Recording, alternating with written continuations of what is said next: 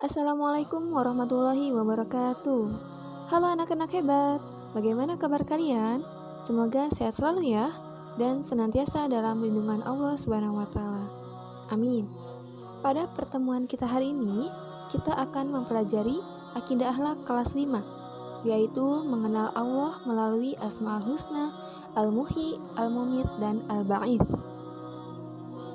Tujuan pembelajaran kita hari ini adalah memahami Asmaul Husna, Al-Muhyi, Al-Mumit, dan Al-Ba'its, serta menyajikan arti dan bukti sederhana bahwa Allah memiliki sifat Asmaul Husna, Al-Muhyi, Al-Mumit, dan Al-Ba'its.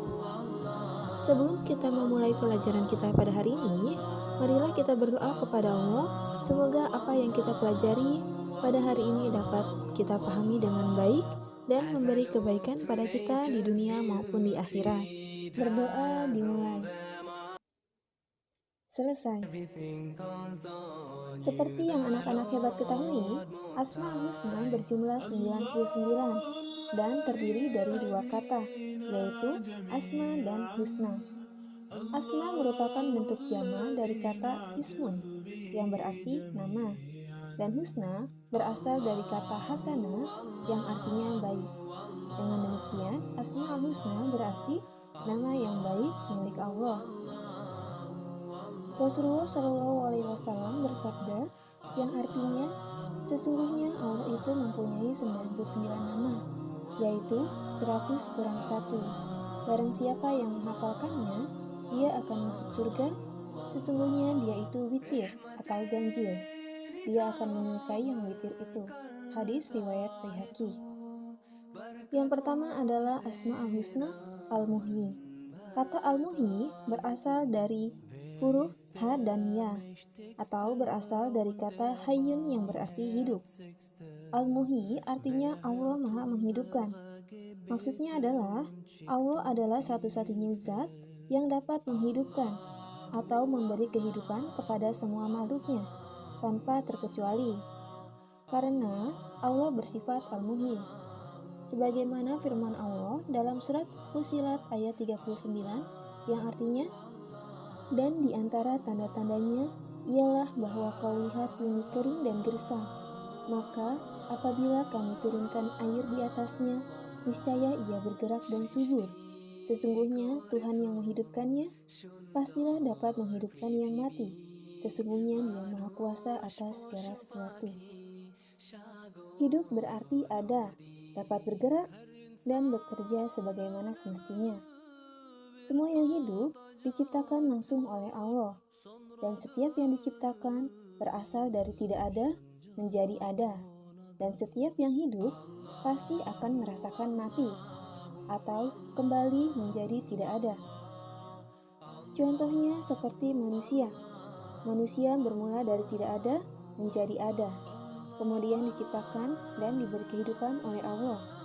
Manusia diciptakan oleh Allah di muka bumi untuk beribadah dan berbuat kebaikan. Kehidupan di dunia Allah ciptakan hanya bersifat sementara, ibarat orang dalam perjalanan yang hanya singgah untuk makan dan minum. Suatu perjalanan tentunya akan berakhir pada suatu tujuan. Perjalanan hidup manusia akan berakhir pada kehidupan yang abadi, yaitu kehidupan akhirat. Manusia memiliki dua segi kehidupan, yaitu jasmani dan rohani. Dalam segi jasmani, manusia dapat hidup karena diberi nyawa oleh Allah. Jika nyawa manusia diambil oleh Allah, jasmaninya akan mati atau meninggal. Kelak pada hari kebangkitan, manusia akan dihidupkan kembali untuk mempertanggungjawabkan atas segala amal perbuatannya yang telah dilakukan selama hidup di dunia. Sedangkan dalam segi rohani, banyak manusia hidup di dunia ini tetapi dianggap mati. Hal tersebut karena manusia sudah tidak mempunyai tujuan hidup. Nyawa mereka masih ada di dalam raganya, tetapi jiwa atau imannya telah mati. Hal tersebut terjadi karena kita melupakan Allah, satu-satunya Sang Holi, dan tujuan kita diciptakan di muka bumi. Untuk itu, sebagai orang yang beriman, kita harus memperbanyak zikir dan bersyukur kepada Allah atas segala nikmatnya, serta kita saling tolong-menolong, saling memelihara kelangsungan hidup, dan menjaga hak antar sesama. Bukti bahwa Allah bersifat Al-Muhyi adalah Allah menghidupkan manusia, hewan, dan tumbuhan. Allah juga menghidupkan tanah dengan curahan air hujan. Allah pula juga yang menghidupkan kembali orang-orang yang telah mati pada hari kebangkitan kelak. Yang kedua adalah Asma'ul Husna Al-Mumit. Allah bersifat Al-Mumit, yang artinya Allah Maha Mematikan. Al-Mumit berasal dari kata mata yang mutu, yang berarti mati. Kematian adalah ketika nyawa atau roh berpisah dengan jasad manusia. Allah merupakan satu-satunya zat yang dapat mematikan alam semesta dan isinya, dan Allah pula yang dapat menghidupkannya.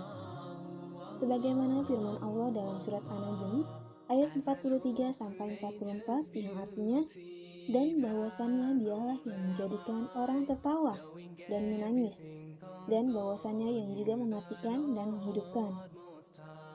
Pada dasarnya, kematian seseorang hampir mirip dengan orang tidur. Perbedaannya, orang tidur rohnya dipegang oleh Allah dan dikembalikan lagi ke raganya saat ia bangun. Sedangkan orang yang meninggal dunia, rohnya akan ditahan oleh Allah dan akan dikembalikan lagi pada hari kebangkitan. Hal tersebut dijelaskan dalam Al-Quran, surat Az-Zumar ayat 42, yang artinya, Allah memegang jiwa orang ketika matinya, dan memegang jiwa orang yang belum mati di waktu tidurnya. Maka dia tahanlah jiwa orang yang telah dia tetapkan kematiannya, dan dia melepaskan jiwa yang lain sampai waktu yang ditetapkan. Sesungguhnya, pada yang demikian itu terdapat tanda-tanda kekuasaan Allah bagi kaum yang berpikir. Yang ketiga adalah Asma'ul Husna Al-Ba'is. Al-Ba'is artinya Allah Maha mengutus para utusannya, baik dari kalangan malaikat atau manusia. Allah mengutus para nabi dan rasulnya untuk menyampaikan kebenaran dan petunjuknya.